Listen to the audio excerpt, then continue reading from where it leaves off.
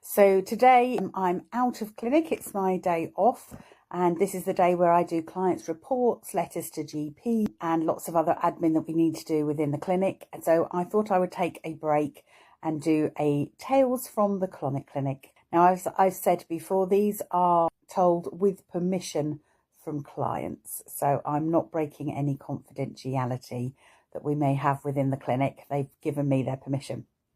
So this is actually a story that I told on the Tim Vine chat show many years ago on Radio 4 when I was pulled out of the audience, and it got a good reception. So I hope that it's going to be something that you'll enjoy hearing. So I had an elderly lady come in to see me, and when you come in to see me for a colonic, you fill out a form, a consultation form, and she gave me a lot of information. So she was in her very early 80s. And she gave me information from childhood issues such as verrucas on her right foot, which isn't necessarily relevant for a colonic, but she's not to know what is and what isn't relevant. And I appreciate the details, certainly, because sometimes the consultation forms have got hardly anything on them to start off with. But she gave us a lot of information. So we went through everything that was appropriate for the colonic.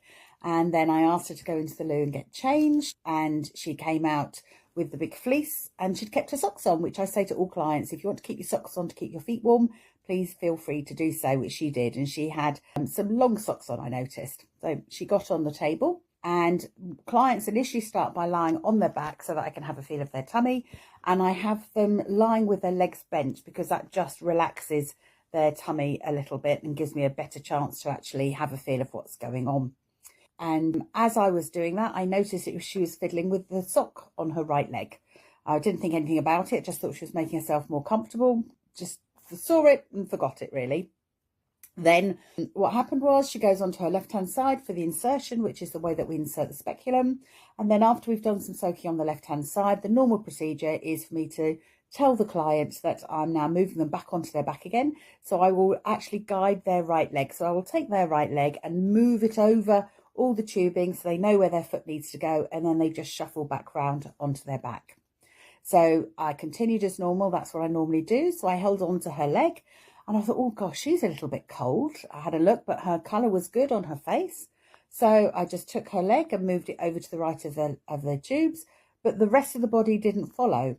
And I then realised that I was holding her leg in my hand, and she had a false leg. She'd never mentioned it, despite a very long consultation form. And in fact, the verruca that she had told me about was on her right foot, which she didn't have anymore.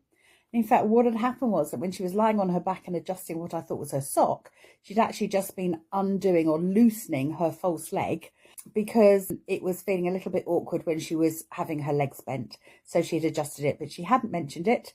Despite a very long consultation form, she hadn't put anything on there about the fact that she had lost the lower part of her leg, and she had mentioned a verruca on her foot. When I was holding her leg in my hand, for a millisecond, I thought I'd actually pulled her leg off, because what was the other logical explanation? I couldn't think of anything. I immediately thought I had somehow amputated her leg and was holding it in my hand. And then she realised what was happening, and I realised as I pulled it out further that I could see that it was a prosthetic limb. But it's really stuck with me, that story. She and I both had a really good laugh about it. And I did say to her, I wish this room wasn't confidential. And she said, oh no, you can tell this story. She said, I think it's a great, she said, it's funny. And she said, it's never happened to me before. And I thought that was weird because she'd never had a colonic before. So it never would have happened to her before. But she was a lovely lady, and she felt great. She came back to see us again. I knew the next time to work out what we were doing and just very gently guide her leg over instead of actually pulling it off. So Tales from the Colonic Clinic part 2, and part 3 will follow. Hope you enjoyed that. Bye.